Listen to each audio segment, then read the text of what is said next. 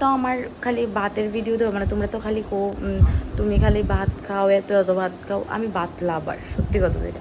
খাইতে খাইতে দিন দিন এমন মোটা হইতাছি, তো ভাবলাম আমি একটু ডায়েট করি। এদিকে দেখো কিতা ডায়েট করো, মা যে মুড়ি দিছে কতলা, কেমনে যে খামু। আমি জানি আমার ডায়েটের রুলসটা দেখলে তোমরা হাসি উঠবো, কারণ আমি ভাবছিলাম প্রথম মুড়ি খাই আজকে রাত্রটা কাটাবো, বাট আমার মা মায়ের মন টিকে না, তুই এমন ভাবে মুড়ি খেয়ে রাত্র কাটাইবি। এদিকে দেখো কল আর দুধও দিয়ে লাইছে।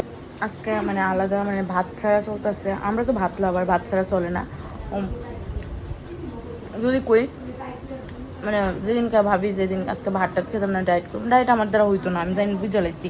কারণ যেদিন আমি সকালবেলা কই ঘুম থেকে ওইটা আমি একটু হাঁটুম, এদিন আমি হাঁটি, ঠিক আছে, হাঁটে আর এসে আবার ঘুমাই থাকি, মানে এটা অভ্যাস আর কি। বাড়ির মেয়েতে যদি আমি কই মা কালকে সকালবেলা ঘুমের থেকে উঠুম, মা কইবো তোরা আর আমার কোন লাগতো না, কারণ তারাও জানে আমি সকালবেলা ঘুমের থেকে ওইটা হাইটে ঘুমাই থাকি। তো এমন ওয়ার্কআউট আমি করি আর কি।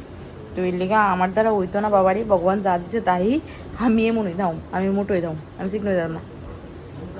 আর যারা আমার কইতাছো যে তুমি খালি খাইতেছো, খাওয়ানোর রেসিপি দো, যেটি খাইছো ওইটি রেসিপি দো, এটা অবশ্যই আইব।